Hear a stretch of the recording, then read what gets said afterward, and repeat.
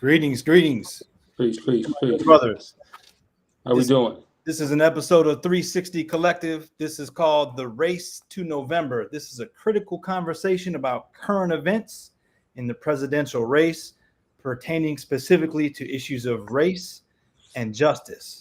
We're glad that you're with us this evening. My name is Isaac Castellaz. I have with me the illustrious Timothy Hampton and the praiseworthy Abayuni Amari Dukes. We comprise 360 Collective. We are going to jump right into the conversation. As we begin the conversation, we hope that you will react, ask us questions, tell us what's on your mind so that we can react to what you're saying. We can feed off what you're saying and we can build off what you're saying. So, my good brothers, the first question that I have for you and for our listeners is to talk a little bit about Kamala Harris. She's the Democratic nominee, or will be in a matter of days. hmm So that wasn't originally how it was all supposed to be. So I'm curious to know, from your point of view, what is your reaction to Kamala Harris becoming the Democratic Party nominee? What does this change for you, if anything, compared to Joe Biden? How do you think that it redefines the race, if at all? React for me. Tell me what you guys think. Let's go. I guess the initial reaction was a little bit of shock. Sometimes I hate being pressured into situations, thinking that's the right thing. I think that President Biden was forced to make a decision um, based on his age and things like that. But I think once the decision was made and seeing how people, rallied around her, I can view that as a great pick. It's been a great pick. Her enthusiasm, her vitality, is a big contrast to Joe Biden. Initially, I thought before Joe Biden left, I thought that maybe America was not ready to put their faith behind a black woman. I'm not saying that too much of that has changed, but just seeing how the motivation she has uh, gained with the last couple of weeks, we have to see. Maybe it's possible. I am excited about the possibility of her inevitable nomination. I think it's a wonderful thing for America. I think it's a wonderful thing for the Democratic Party. Uh, I'm not as versed upon her political accomplishments and the kinds of things that she has done as I probably should be to be making statements like that. But I knew deep down inside that the Democratic Party was in trouble with Joe Biden because of his age and his possible cognitive decline. And we needed the boost that Kamala Harris brought to this race. So, no, I'm excited. I'm excited by it. Again, like Dukes, I'm not 100% sure America's ready to put their full weight behind a female, let alone a black female, mixed race female. So it remains interesting, and we have to just wait and see. Okay. I want to read something to you guys, and I want you to react for me, because when Kamala Harris was kind of selected, if you will, once Biden stepped out of the election, we posted a lot about it on our Facebook page, and there was a variety of reaction from all sorts of different people, from white people, from black people, and everyone else that you can imagine. So it was a really there was a wealth of reaction and a really a broad perspective on the reaction. And in trying to encapsulate some of that, I found something that was written in a memoir from a revolutionary black nationalist, and I'm going to put it up on the screen for you guys. Her name is Nkechi Taifa. She's one of the leading voices in the modern day reparations movement, and her autobiography is called Black Power, Black Lawyer: My Audacious Quest for Justice. So I'll read this to you and to our listeners, and then I'm interested to have you both react. This is something that she wrote in reaction to President Obama and his election, his candidacy, and everything else. So she says, for the first time, I canvassed for a United States president. I donated money to the presidential campaign and even purchased items. Why did I support this presidency? Because it feels good. And after 50 years on this earthly plane, I needed something to feel good about. Obama conducted himself like an average, ordinary black man. It was a bonus that he had a magnificent black wife and well-behaved, adorable black children. I was impressed that Obama believed in community organizing, attended a radical black church, and walked in shoes with warm soles. Will this presidency make a difference? Probably not. Despite his attributes, appeal, intelligence, and good intentions, he will nevertheless still be the president of the American empire. The onus is on us not to give up the fight. We can't give him a free ride, and we must hold his feet to the fire. The election of Barack Obama has brought us time and breathing space. Time for this generation to, in the words of Frantz Fanon, discover its mission, fulfill it, or betray it.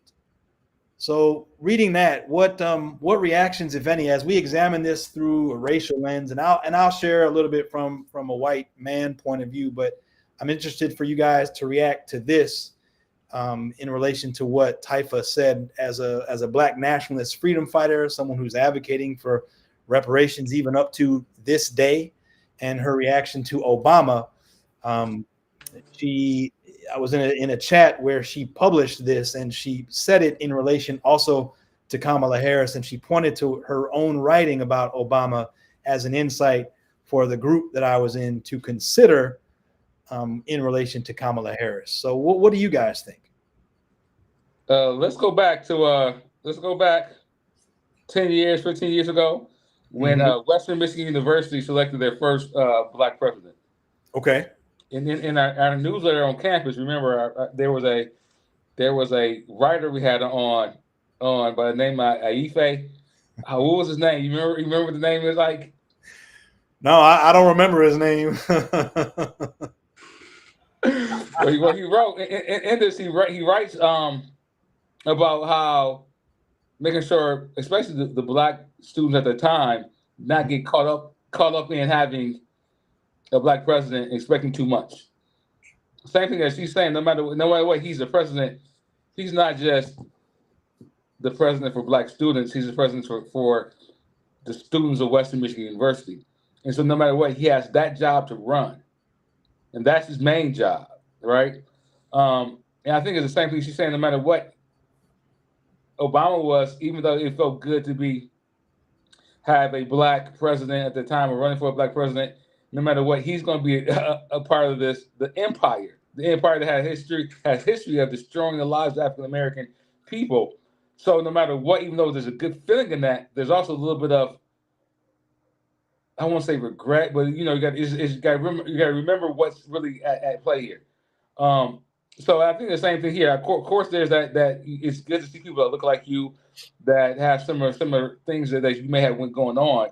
But the bigger picture is, no matter what, just because she's there or he was there, the fight continues. There's still things we must fight, because they're not going to give us those things that we think that they would.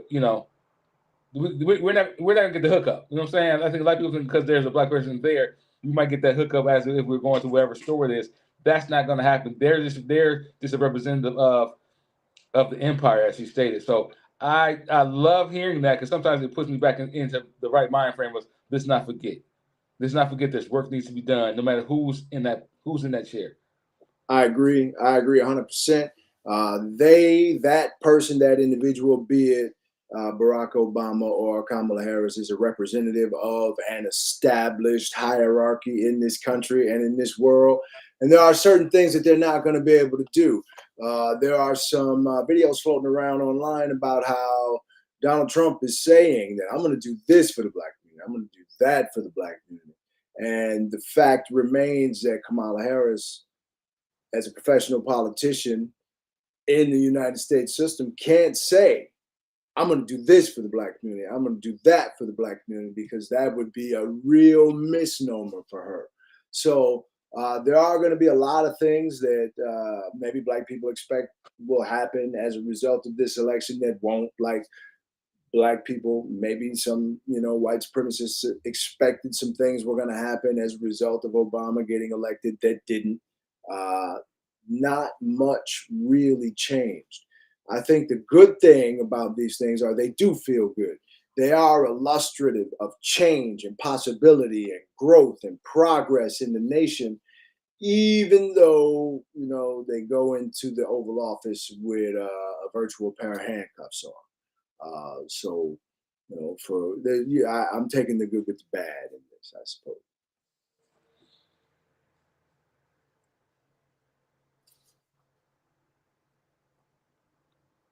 Thank you for that, brothers. So let's jump into the next question.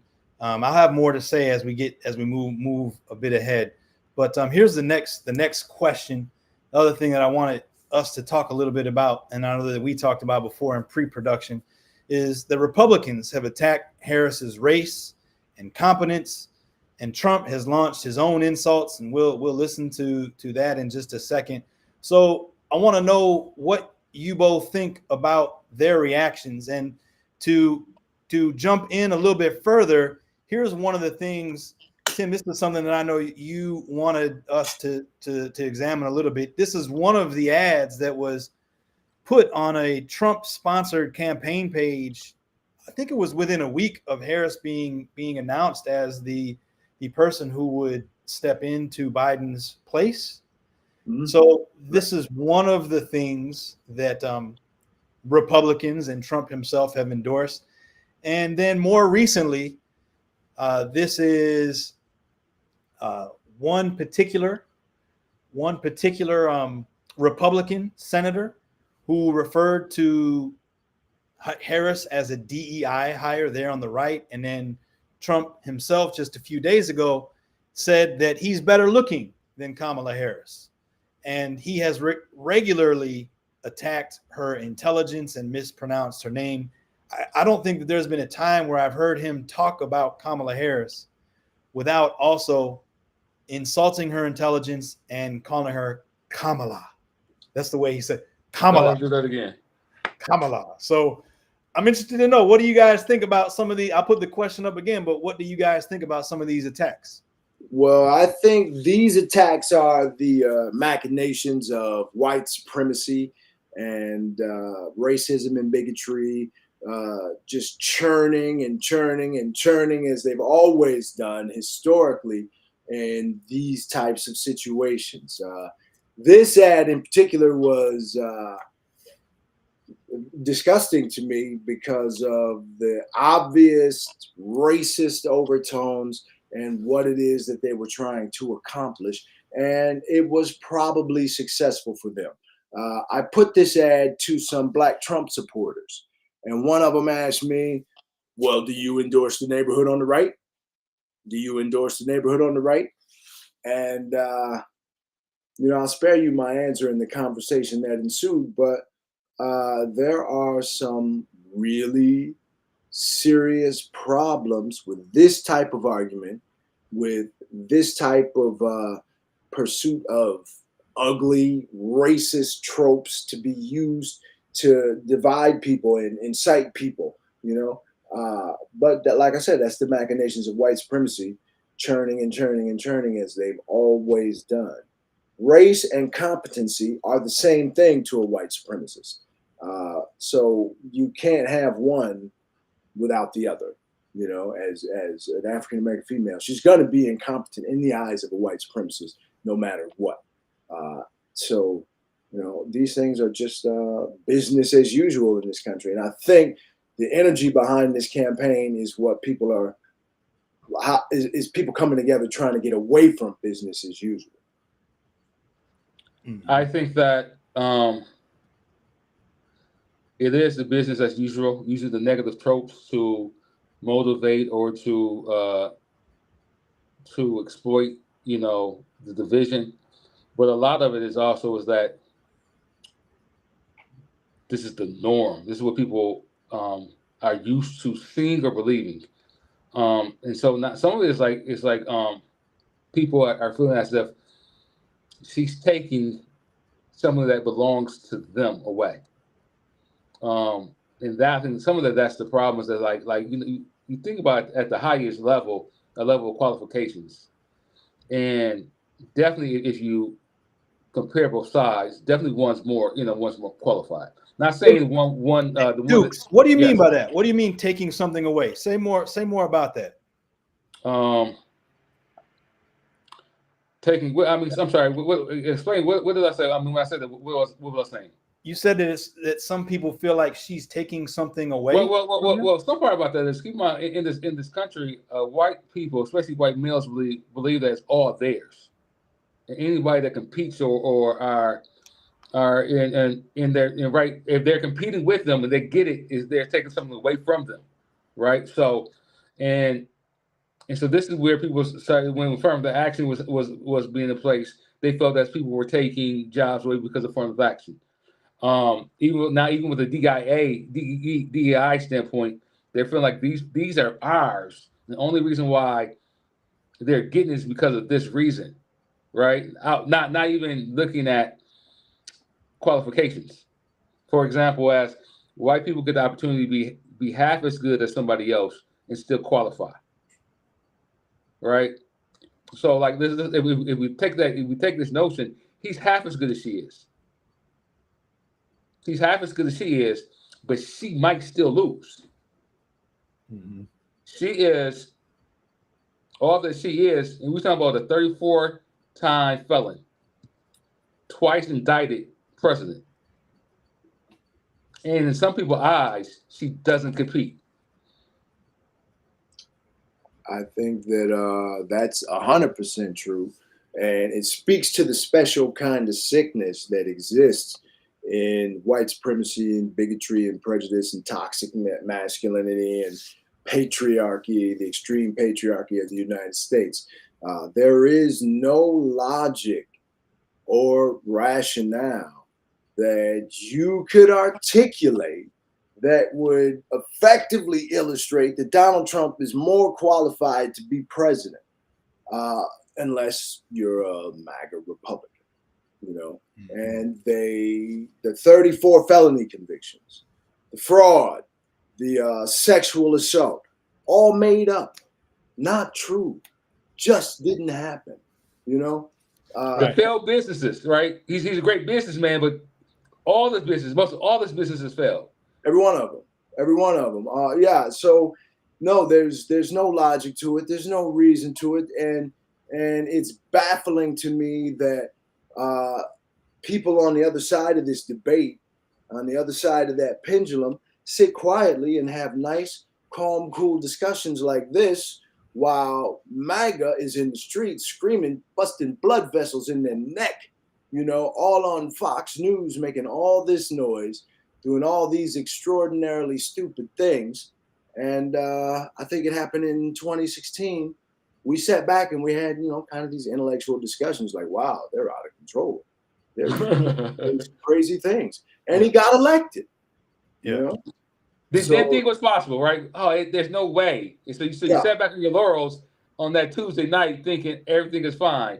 Yeah. And like, how can this happen? Did you guys think that there was a chance that he could get elected? I mean, as that was all unfolding from the moment that he first declared his presidency and then won the nomination for the Republicans, like what was your frame of mind as that was unfolding? I didn't think he wanted the presidency.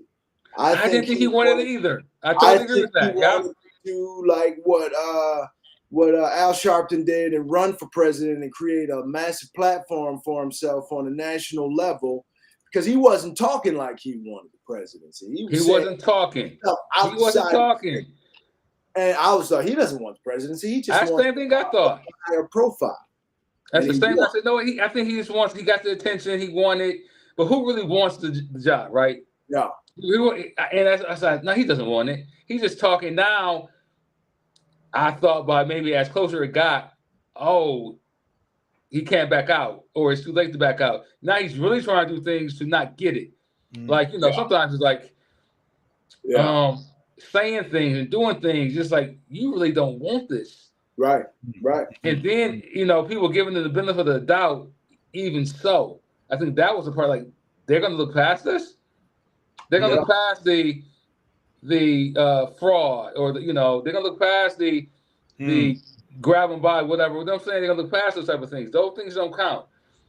The check to Stormy Daniels don't matter. They look past all those things. But keep in mind, another part about that was, I mean, if we're trying to play the long game, maybe he is the token for the Republican Party to get things done in spite of the character. And which happened, keep in mind, during those right before Obama's last year, there were Supreme Court justices spots open. And they told him no. That's right. They told him no, right? It was like 9-10 months prior to. 9 months. 9 months to get somebody prior to. Merrick Garland. Right? And then keep in mind, and Trump got somebody in as the election was, the last couple of months. So that's okay, it was wrong when Obama wanted to do something similar, but now it's okay for him wanting to do it. So maybe it was something that they wanted, and he was just the patsy for getting it done. Now it could be the same thing. Let him be the patsy while underneath the table we get these things done that we really want. As in, this is why we talked about earlier, about for those that maybe don't vote before, have not voted before, whatever, maybe not seeing the importance of voting. We can have that discussion, that debate another day. But this one is important because of there could be 2 Supreme Court justices spots open in these 2 years, the next 4 years. And so maybe you're not voting for the presidency. That's totally fine. But this time we're looking at, you're voting for the Supreme Court. And how would you want that to look? And so that's why some people are voting for. That's probably the main reason why I sit back and I'm voting for is the Supreme Court. Yeah. And that is we will, as the election approaches, we're going to talk more about, well, who should you vote for, and should you vote at all, and what does your vote say about your participation in system or not. We're going to dedicate probably the entire hour to that conversation at some future point. In terms of Kamala Harris, one of the things that I want to urge listeners to do, in particular, other white leftists and white men in particular, is that we have to be very careful not to more harshly critique Kamala Harris than we would any other candidate. There were some interactions on our page earlier where people were saying that, well, she's not actually black. This is a white leftist. She's not actually black. She doesn't have many African American experiences, and that kind of thinking from like a would-be leftist to me is very dangerous, because we begin to perpetuate stereotypes about what it means to be black in America, or what an African American experience is in the first place. It starts to pigeonhole and narrow what it means to be black. And when we do that, we start to get into stereotypes and very dangerous ground, where we start to think of different people based on their skin color in a monolith. And I want to urge us not to do that. One of the definitions that we came across that we thought would be good for us to talk about a little bit comes from Moya Bailey. She opined on this concept of misogynoir. It's the hate speech and the negative media representations that malign black women and synergistically creates a destructive force greater than the sum of its parts, shaping how black women are viewed and subsequently treated in the world. That is particularly important when Kamala Harris now pursues the presidency. Now, her policies, we should debate those all of the time. And when we talk about like genocide and things that are happening in Gaza and in Israel, her position on that deserves scrutiny. However, we must scrutinize policy. We must not scrutinize her authenticity as a black woman or as a biracial woman. That is dangerous territory, especially for white leftists or well-meaning white people. And so I want to offer that caution to my people in particular, but I'm also interested to know, and I'll put this definition up as you guys react, but what do you guys think about that? What's your reaction to the misogynoir piece or anything else that I mentioned there about Kamala's blackness, so to speak? I think that I'll take a shot first. I think that it's two parts of this. It doesn't matter, right? It doesn't matter because with this, you're judging somebody on their ability to get the job done, right? So that's just it. That's first. Second,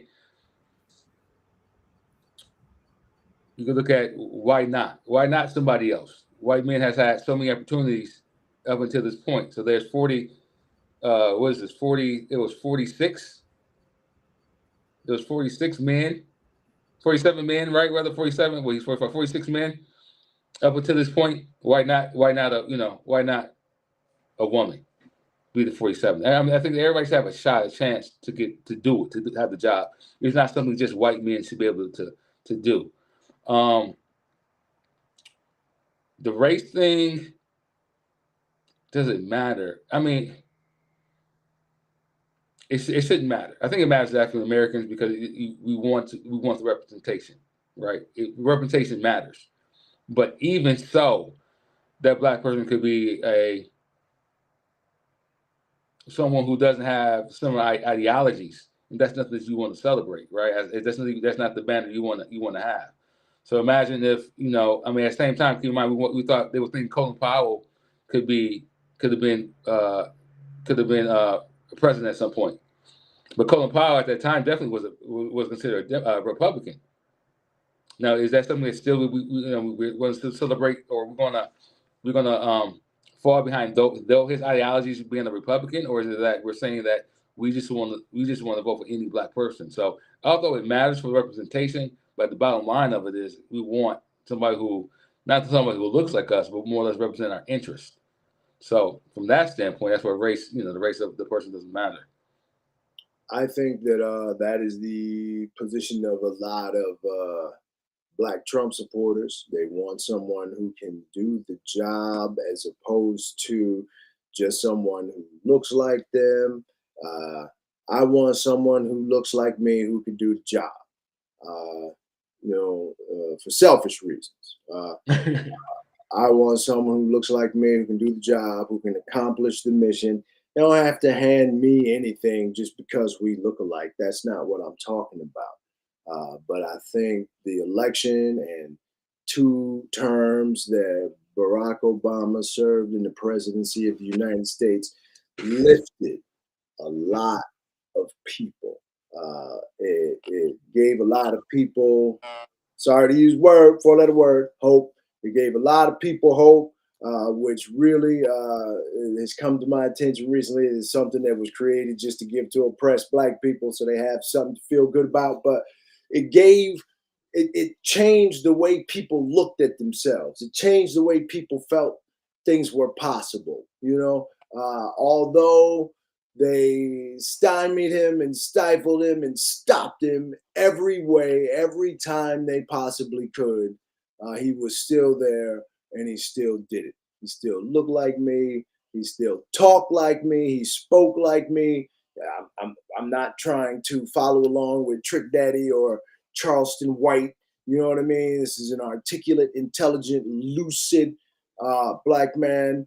And I liked it for selfish reasons, No, I hear that. And I'm with you on that too, because I realize how important it is that for my daughter to see it. Mm-hmm. Mm-hmm. And I realized how it was important to see his wife in the White House and how that made my wife feel. Right? Mm-hmm. I mean, just for being Black women, to see Michelle was a very important thing too. Right? And so keep in mind, my daughter's name Aaliyah in some way. Like I know my wife chose to name her after one of their daughters. Right?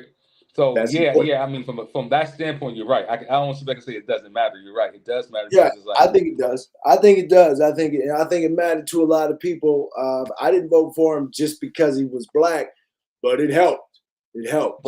I love how you said also hope, because no matter what happened, though, whether things stayed the same or whatever, sometimes you did need that hope to, that battery in your back just a little bit. You know what I'm saying? Yeah.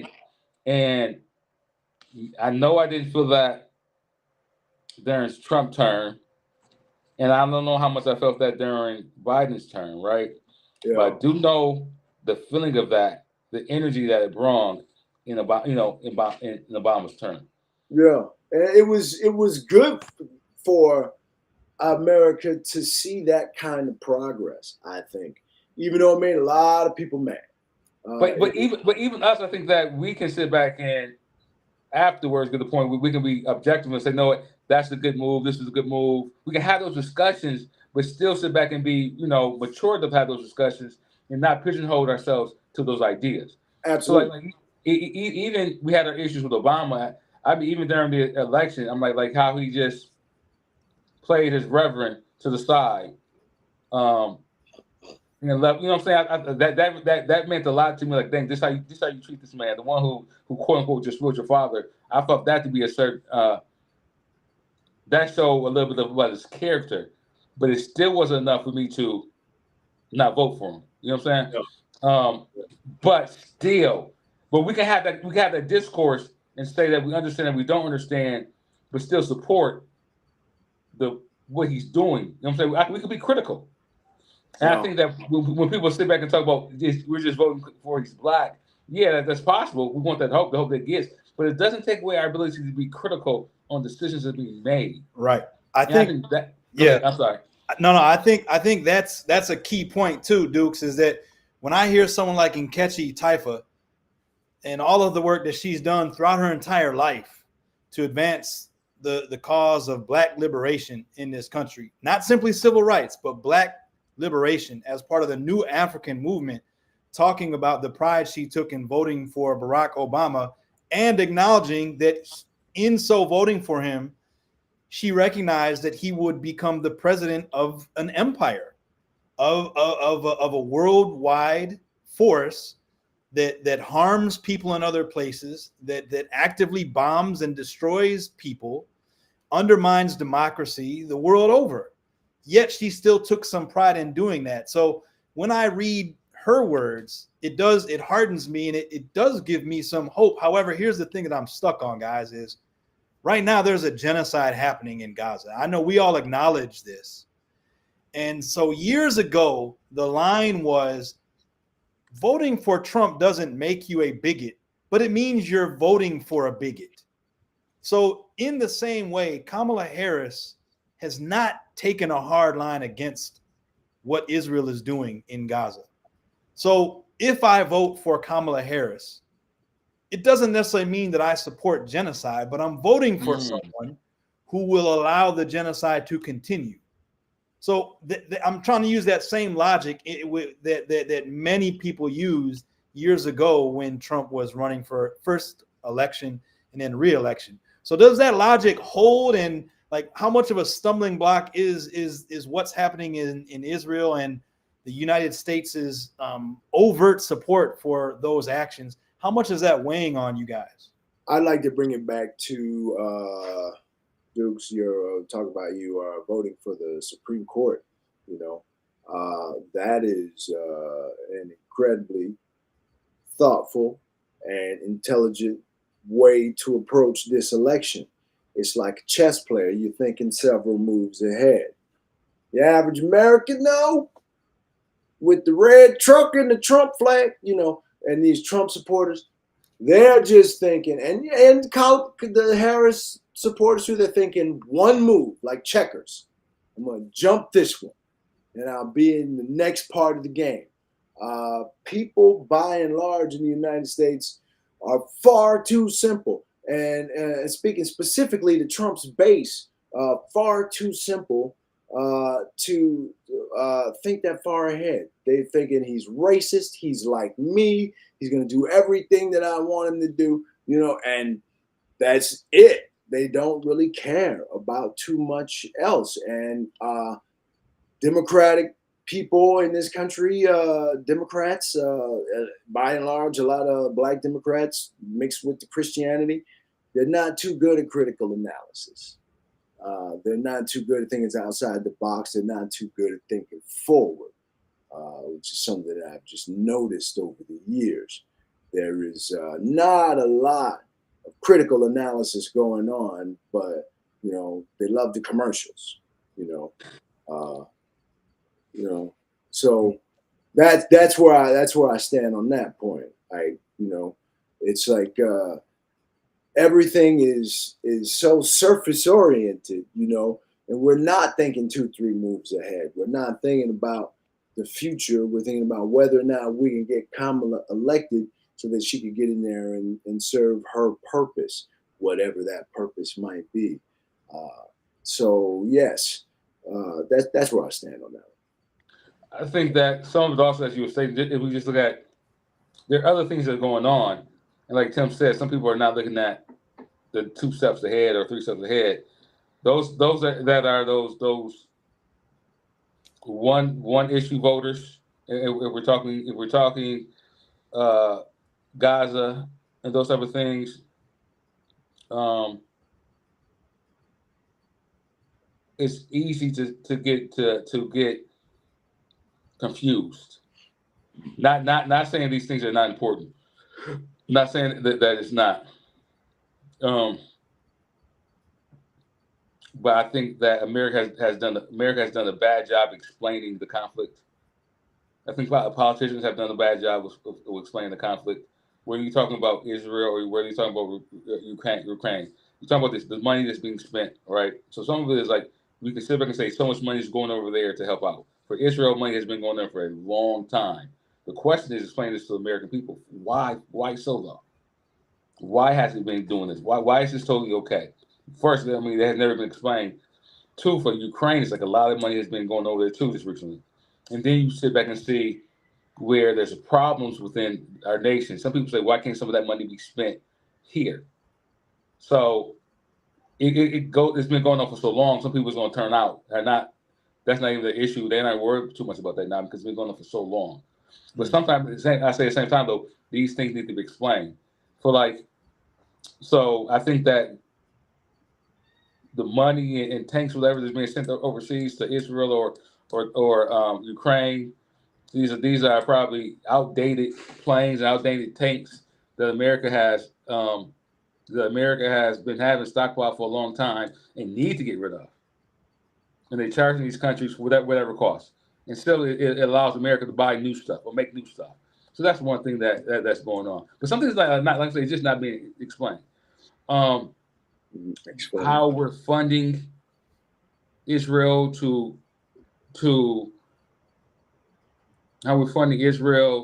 help out with this genocide is all. I think a lot of people are saying it's awful, but it's like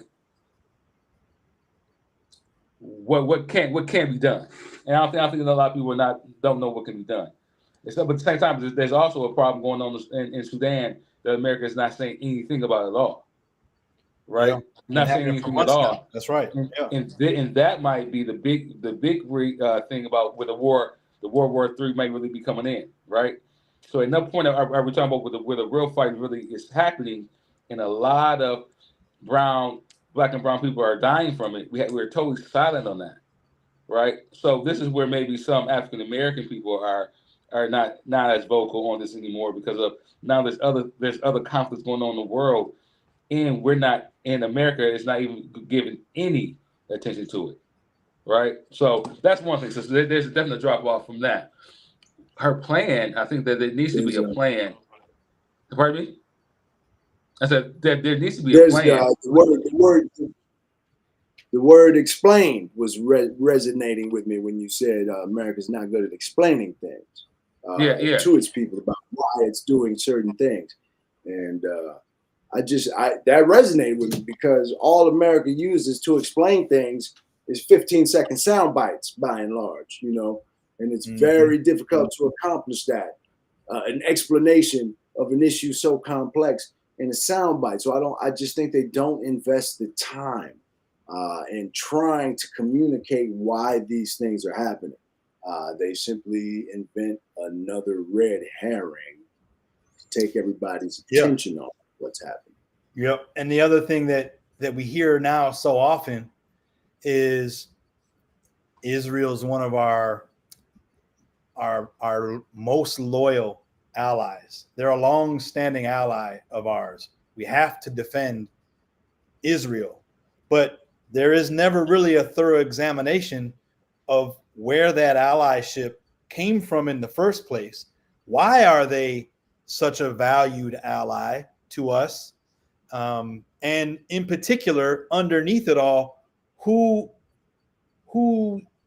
really benefits from this so-called partnership with Israel? Like, what is it all based on? So much of what we hear now is that we have to help them because they're our friends, without actually questioning, like you're saying, Tim, well, why do we have this friendship with them? Why have we just given them this past week the same amount of money that could eradicate all hunger in this country for a calendar year? Why do we just give that money to Israel? Now, let's also be real. We wouldn't have used that money to eradicate hunger anyway, right? Like, it isn't like that money was going to go and feed starving people. It wasn't going. We only created that money and printed that money so we could give it to Israel to bomb Palestinian people, right? So that's another thing to consider. But I agree. That's a great point, Tim. But I like how you said it, because sometimes it's not said that way. Giving this money to bomb Palestinians, it's not said that way. Mm-hmm. Sometimes that's why the money is given, just to bomb those people. Fight terrorism is how it's said. Yeah. So then it's like, that's why. And we're sitting back, watching it happen, and thinking that time is going to heal itself, heal the wounds. This man has shown that no, he's not. This man has shown that he's going to continue to put his foot on their neck. Yeah. And keep saying, "Oops, I didn't know that was a school. Oops, I didn't know that was a hospital. Yeah. Well, oh, you know what I'm saying? It was an accident, right?" And we keep falling for it, and still giving them whatever they need.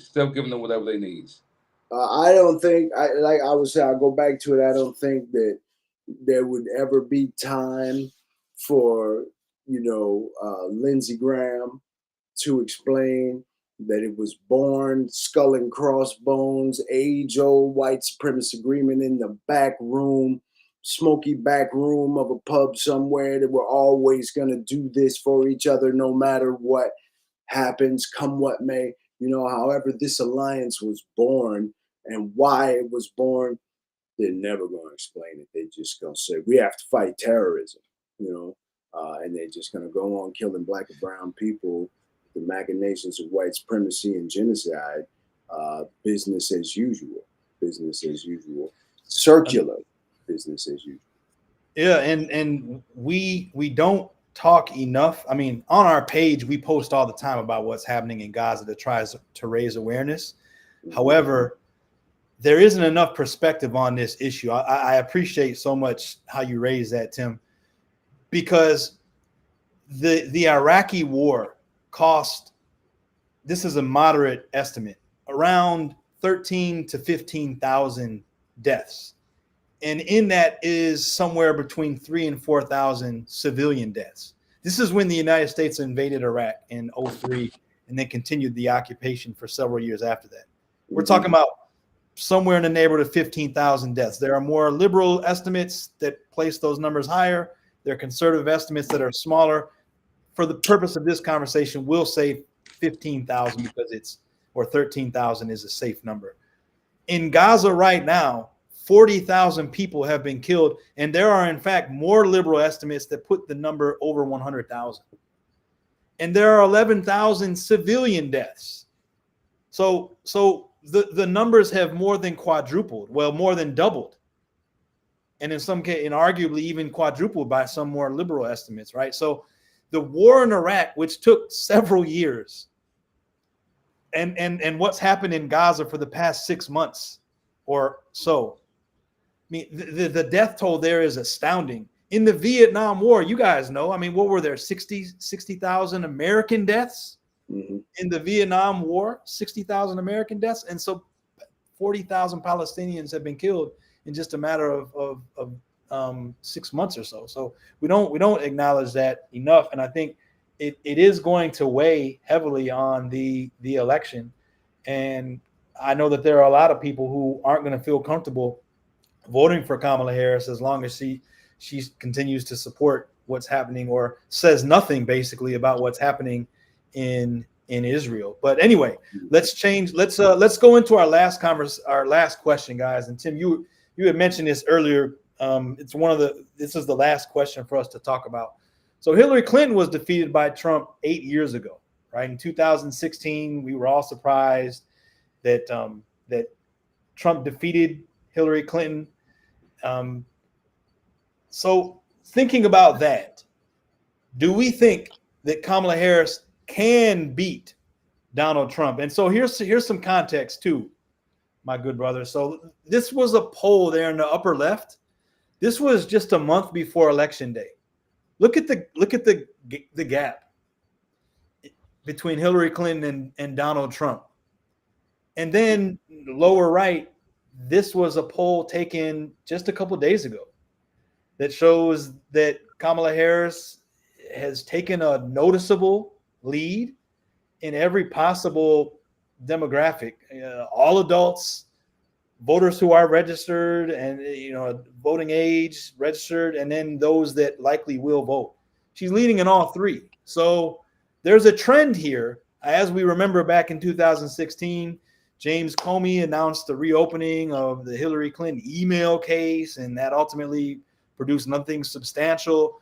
But that happened between this poll that I just showed you and the Election Day in November. So there were some things that influenced those numbers, but we're trending in a similar direction, right? Like since Kamala Harris has been announced as the Democratic nominee, presumptive nominee, she has closed the gap, and now she's taken a noticeable lead. So do you guys think that she can win? Well, what's your take on that? I don't think that white supremacy has seeded enough within the United States to really propel her into office. But I said the same thing about Obama. I'm gonna be 100% honest. I didn't think Obama would get elected. I was like, ain't no way. This is the United States. There are not enough enlightened people in this country who can actually see, hear, intelligence, and but over just whiteness. I didn't think it could happen, and it did. Now we have the added fact that this is a woman who also happens to be a person of color, who is a member of two so-called races that are much maligned by the larger society. So it's an uphill battle. There are some obstacles. If she does win, it'll be a victory for progress and enlightenment. It won't be a victory for Gaza. It won't be a victory for black people in the streets, other than just the representation and the illustration that this can be done. But I think white supremacy is far too entrenched in the United States to allow this to happen. And I hope that I'm wrong. What do you think? Dang it, Tim. Oh man. So it's two things here. It's not so much. It's not just the popular vote. We still got this thing in America where we got the electoral college. So sometimes when we look at the polls, it's making sure that will she carry enough states to win? So that I've looked at what those numbers look like. She may be more popular in one area, but it still comes out she has to have the right amount of electoral college votes to win. Mm-hmm. So that's first. My second issue is even if she does win, for the last few Republican presidents, it always came down to the wire and always seemed like something nefarious was going on. So that's always at play. Keep in mind, at the same time, as this could get kicked to the Supreme Court. That's always at play. And now he has court judges, more or less at his disposal. Even though she could win, she could lose. Think about Bush Gore. Um, Man, can she win? you blew my mind on that one, Dukes. Can she win?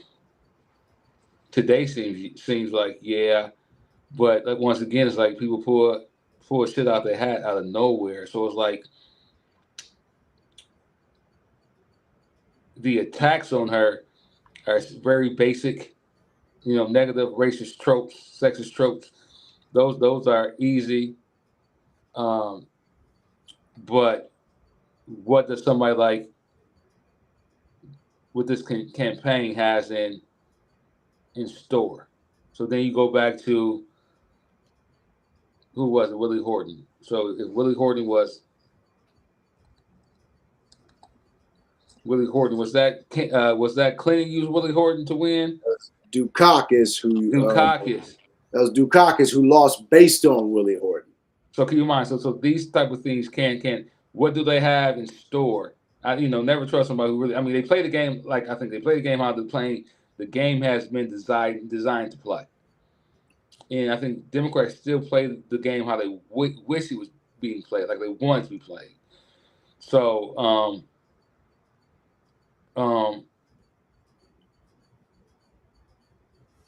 I think that like I said, the Republicans have a different set of rules that they're playing with that Democrats are just like years behind on being effective in campaigning. So they might not even think about what something some attack that can draw some of those skeptical white supremacists or those people who still hold on to white supremacy ideas that are right there on the fence, right?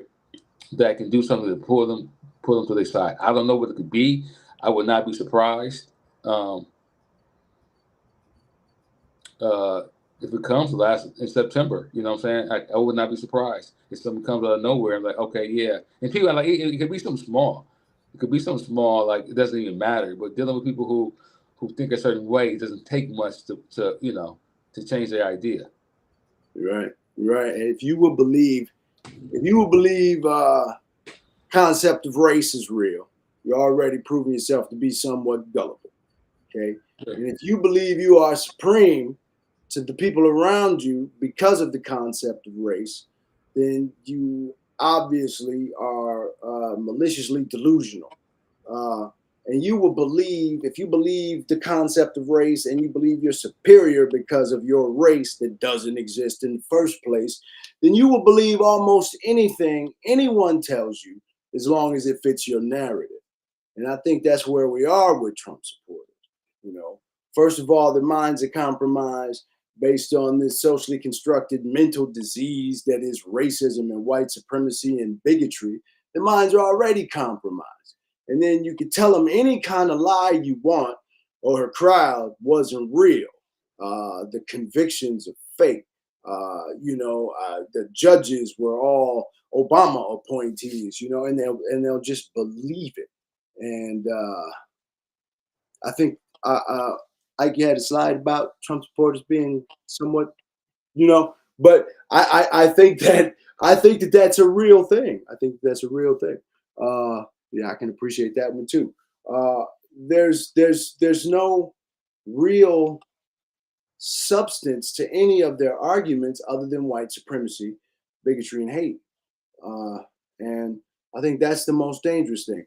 You do bring up a good point about the Electoral College. Hillary Clinton won the popular vote, and she won by a pretty convincing margin. But that Electoral College thing usually goes in the direction of a Republican too. If the last two, I think, have been. Oh, Tim, my fault. You were mentioning.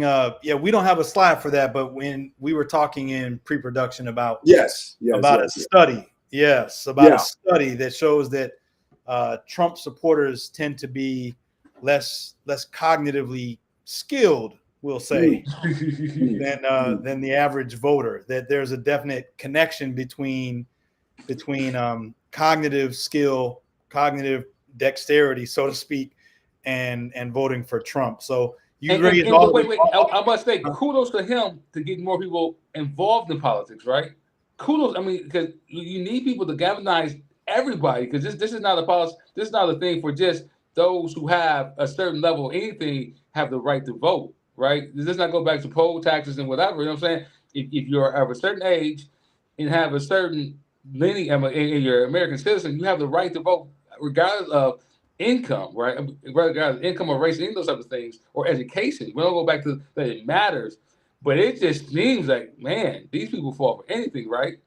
And it's like, it's one thing for that to be the case, like not knowing. It's one thing. No, but man. Stop it. No. Okay. Listen. We're not about to play this kudos to him for getting people involved in politics. No.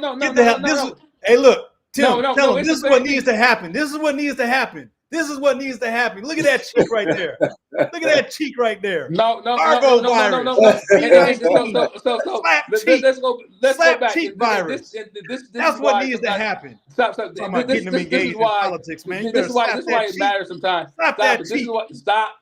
Argo virus. No. This is why it matters sometimes to have African Americans in certain positions, especially dealing with politics, because a lot of African Americans still believe in how the Constitution and everything is written.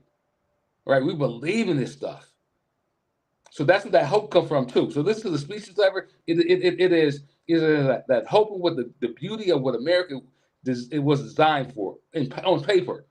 So when you hear these speeches or whatever, that's what when you read the Constitution, all that sounds so great and so wonderful. It fills your heart up because you want to live in that place. In America, and for African Americans, because they were in this nation and they couldn't have access to that. They really gravitate to these words, right? They really believe in it, and so that's why it's having representation matters. On the other part about this, we all have the right, regardless of education. So if you can get people out to vote, that is something great. And I think that the Democratic Party, they got slept on because you know what? There's a class of people that they don't reach out to get out to vote. He found the class of people that said, "No, what? If I tap into them, I can win." Okay. Democrat people did the same thing, and that's black people. If I get them out to vote, and I can win. Democrats have been doing that for a long time, and in spite of, this Democrats do too, get them out and vote to win, and have them vote against their own against their own benefit. Okay, so are you saying rural white people are to Donald Trump as black people are to Democrats? I'm gonna say that. I'm gonna go out there and say that because I say that because these people vote against their own interests. Yeah. They vote against their own interests. He promised them something, never delivers it to them. Yeah, that's a deep conversation. Yeah. That's a deep conversation,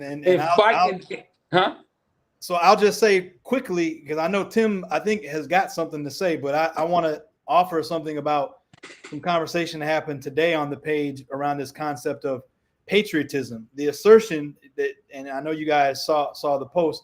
The assertion was that the idea of patriotism is itself racist because feeling patriotic about a country such as ours that is foundationally all about white supremacy and built upon white supremacy, it's written into the Constitution. To take pride in that, to advocate for that, to let's just strengthen America versus we need to move past America and reimagine our society as something completely different that is truly democratic, not simply written down in the Declaration of Independence or the Constitution. And so there was some conversation about that on in the comment section. I mean, there was one particular person who was saying there is no such thing as patriotism when it comes to America. There's just white supremacy. And then someone else was saying, well, wait a minute, I want to redefine what it means to be a patriot. And what I'm thinking it means to be a patriot is to be more human, to be more just, to try to make our society more democratic. The comeback was, but those are not things that America was built on. So I'm interested in the reactions to that. And I know, I think, Tim, you've got something, right? You want to share? Yeah, I would like to go back to this notion, this idea, correct in its assertion that Black people really believe in the Constitution. They believe in the Bill of Rights. They believe in the Star Spangled Banner. When they win a gold medal or win a race somewhere, they wrap themselves in the American flag and smile real big, you know. And I think there's some critical analysis that's missing here. There's that second and third chess move that is not happening for a lot of people in this country, a lot of African Americans and people of color in particular. There's got to be some critical analysis. Like, they love what they heard about the Constitution and the verses that they read, which were presented to them, but there's been no critical analysis of what it actually means, what it stands for, what it's built upon, who wrote it, and why. You know, I believed in it. I, joined the United States Army 17 years old, was in Iraq at 19, ready to run behind Israel and nuke Iraq with me standing in it. You know what I mean? Because that was our ally and that was the propaganda that I'd been fed. There was no opportunity for any critical analysis. There was no opportunity to make another plan, to reimagine anything, because that is it just was what it was, And I think with Black people and so many people and so many of these less intelligent people taking everything that they see and hear at face value as the gospel before any kind of critical analysis or reimagination, it's going to be slow going in the United States, like running in a swimming pool. It's going to be slow going because nobody in Trump's base, and to include his supporters, his African American and Black and brown supporters, are looking forward. They're looking back. His strongest Black ally who was trying to get that VP nomination, sitting up with his cigar and his drink, talking about things were better under Jim Crow.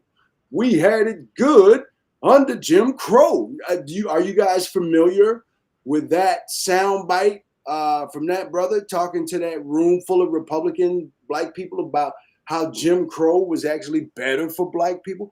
And he's one of these Negroes that if he did win a foot race, he'd wrap himself in the American flag. And this is the kind of stuff that I'm talking about, that special kind of sickness that's involved in the American dream, which you have to be asleep to believe.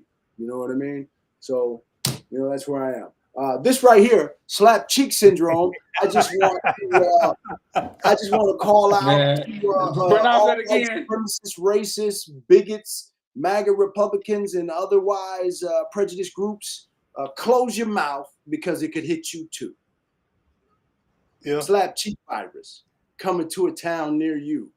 What do you think? What do you think, Dukes? What do you think about that, man? I texted him when I seen that. I'm like, what in the world? I knew what it was, but I still was like confused. I'm like, is it what I think it is? And what he's talking about saying, because it's like it makes so much sense that it could become around that time.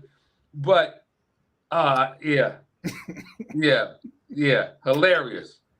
Hey, we got to put that on the page, man. We got to put that hilarious. On the page. When I seen it, I was like, it makes sense. But then I thought it was real. But then I like for real. I still don't know if it's fake. I don't know. No, it's real. It's real. No, that's real. I believe it. I can see how it happens. Oh man, that's funny. That's hilarious. That's hilarious. Like I said, I thought y'all would get a kick out. I know. Like I said, it had me. I'm still in shock. I'm still in shock. You brought it out. It almost didn't come out, Dukes, until you started talking about how beautiful the Constitution was and its language and all that. You brought it out, man. We were gonna leave that one in the back. We weren't even gonna bring that out tonight.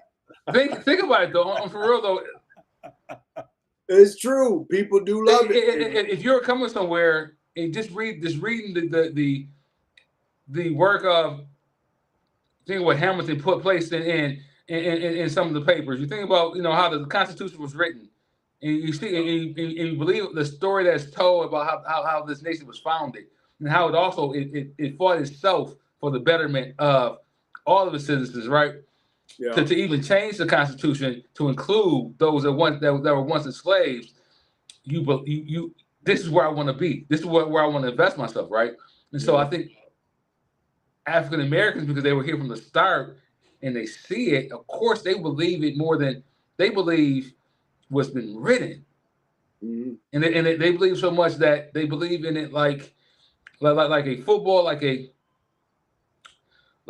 football player. Your son's a football player. You know he ain't getting no time, but you keep taking them practice. You keep buying them cleats, right? And you know he ain't getting no time, but you believe in them enough, right? But we still get treated in all this. We get treated like that, the stepson. Yeah. Right. I think I liken it to how America, within particular emphasis on Black America, tricks itself with a lot of absolutes, particularly like in R&B. I will always love you. I will never leave you. You're the only That's woman. it. The language is very flowery and it's very beautiful, but they wrote this in conjunction with genocide and chattel slavery and rape and murder and torture. You know what I mean? But the language is beautiful, And but at the same time, is that mentioning that it was all founded in the back rooms of bars over hops and hemp. But at the same time, going along with that analogy, the writer of that song did that knowing he got 3 or 4 side pieces on the side, knowing he's not faithful. No, right? And the women fall for it. The goal is for them to fall for it wholeheartedly. Yeah, I think the writer of the song, the performer of the song, they know it's a lie, right? Yeah. But that 15-year-old kid who the song is aimed at believes it with every fiber of her being, that this man, this 17-year-old is going to be there forever. And, he will always love me because the song said so. And I think that's the relationship that a lot of Black people have with the Constitution and the Bill of Rights and all this beautiful flowery language that the U.S. promises its citizens. You know what I mean? When it's, hey, tongue in cheek at best. So it gets even so bad that in the same analogy, you having women writing the same type of songs now, right? The same type of love songs to the same type of men that they know ain't no good, Yeah. And you get the same thing. Even what's that song by? It says, "I die for you. I hide your bodies for you. I hide whatever." Right? Oh, wow. And so that mess with this. Keep in mind, we have fought in every war. Mm. We have fought in every war, believing in that one day we'll be accepted. Yeah. Yeah. Now, if we have fought in every war, now at some point, if we're only 13% of the population, you can look at 33% of the population in the armed services. Yeah. Now realizing that now that maybe we're not the highest, the minority, having the most minority in this country, they see what they do with the Black and brown people. Right? Now how are these people going to be exploited too? Why isn't Puerto Rico? I mean, keep in mind, what are they telling people in Puerto Rican? Those people who are in Puerto Rico, if you want to be an American citizen, once you join the army, that can help you further along being in getting your citizenship. So these things are in place. So of course, we believe it wholeheartedly. To go back into the song analogy, we write our own songs in love with it. Yeah. And then at the end of the day, we're not realizing we've been played. Being played hard. And then we play Mary J. Blige songs for the rest of the night. Yeah. So for me as a white man listening to the conversation, one of the things that I have to make sure to check myself on, and that I hope gets through to other well-meaning white people, is, because I like to think of myself as well-meaning, is that it's not for me to say to you, Tim, or to you, Amari, well, how could you love this country after everything it's done to Black people, right? It's not my place to critique your relationship to America. I have to challenge my own brainwashing, right? The brainwashing you're talking about is a special kind, and it's especially nefarious in its nature because of the relationship between Black people in America and the racialized history of this America and everything that has produced.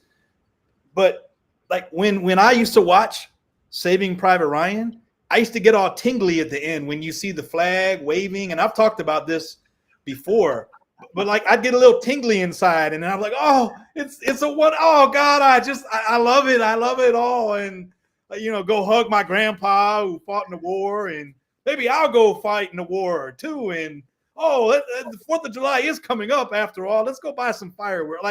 Like there are things in this country that are designed in general for us to have this nostalgic feeling when it comes to our country, when in fact there's the truth of this country is horrifying. And it is, far be it from me to critique anyone else's relationship with this country. And then even going back to Taifa, right, who we read a little bit about earlier on. If she wants to vote for Obama, like that, who am I to say that she can't do? Like, it's not my place. How dare you vote for Obama? Like, it's not my place to do that. I should critique other white people, right? And our relationship to America and the dream, so to speak. I need to do more of this to my people. That's what it is. Or I deserve to get one of these if I go too far outside and try to critique the relationship that people of color have with America without critiquing my own relationship with America. But I think sometimes the love that we have, and like I say, it's nothing wrong with loving the idea. So like I used to work with youth for a long time, and sometimes these kids lived in a facility, and what they yearned for more than anything else were their parents. Mm-hmm. Right, so they're away from their parents for years, couple of years, abandoned by their parents. Right, sometimes their parents even sexually abused them, to the point of like pimping them out to whatever for drugs, or whatever. So I mean, really, really, really horrific stuff. Left them, and I haven't seen them for a while. But at night, who were they crying for? Right, who were they crying for? But once again, it's all they knew too. Something they knew. So who were they crying for? They were crying for their parents. One, because their parents taught them about love, and two, this is all that they know. For African Americans, now, I'm not talking about ex-slaves. For African Americans, this is all that we knew. A lot of people can go back to other places and compare liberty and to other places. So whatever your lineage is, you might be able to pinpoint for yourself, Isaac. This is what freedom is, because I understand with people who look like me or whatever situation. What you can pinpoint that, but for a lot of African Americans, they can't. This is all that they know. This is truly home for them. There's no history, no heritage, nowhere else. This is home for them. So for us, we wholeheartedly believe this is it, because there's nothing that we can go back to, right? Right. And so just like those kids, even though those parents hurt them so much, they still cry for them at night because that was home for them. And they wanted, no matter what, they wanted their parents to get better, to take them. So here we are, millions of people, adults, children, in an abusive ass relationship, getting our asses whooped. That's exactly what it is. And still coming back. Exactly what it is. It reminds me of DMX. My favorite DMX lyric: "You whack, you twisted, your girl's a hoe, you broke, the kid ain't yours, and everybody know your old man say you stupid." You be like, "So I love my baby mother, I never let her go." That's our relationship with the United States. Yeah. You know what I mean? We are that guy with the United States. It's like, I love you so much. And it's Pepe Le Pew, bro. It's scary though. It's scary though. We got Tim quoting him about lyrics. I just don't know what to do now. Yeah. Hey, that's a good place for us to finish, man. I think that's a win for the night right there. That is a W. That's a win for the night, man. That is a W for the night. You got and not just one line. Not just one line. He said the whole, he said the whole verse. Right. Oh, bro. That is some of the most profound poetry ever written, And you think about it. How many dudes do you know in that position? We're talking about an entire group of people in that exact scenario. A group that's like completely in love with a totally abusive person that don't want nothing to do with them. Nothing to do with them, slapping them upside the head, cheating on them, giving them the worst of the worst, the bare minimum. And here we are, like Pepe Le Pew, trying to hug up on this cat that ain't done nothing for 30 years but try to get away. Going back, buying them stuff. Hey, well, look, this has been a great conversation tonight, guys, and we'll be back next week. And the focus of our conversation next week will be to unpack the Democratic National Convention, talk a little bit about what's going on. There's stuff happening right now as we speak. So we'll come back next week. We'll talk a little bit about any other current events that have happened in the election cycle, plus the Democratic National Convention. Right here next week, same time, 7 o'clock Central, 8 o'clock Eastern. It's been a pleasure building with you, brothers, as always. And any last words from the brethren? No, man. No. You got me on that. You got me on that DMX. I'm twisted on that. No, that's a good way to end it. I ain't got nothing else to say. All right, I'll leave it at that then. I'll leave it at that. I'll wait till we come back. I have some things about passing. Kamala Harris might be doing a little passing on that Indian thing. Anything not to be black, But I want to just say, if you can find the clip of Kamala saying, "I'm not black, I'm Indian," then you have an argument, as far as I didn't know she was black then, But I'll leave it. That's next week. We'll talk about that later. All right. Okay. All right. Well, then with that said, my good brothers, it's been a pleasure, and I will see you guys next week. All right.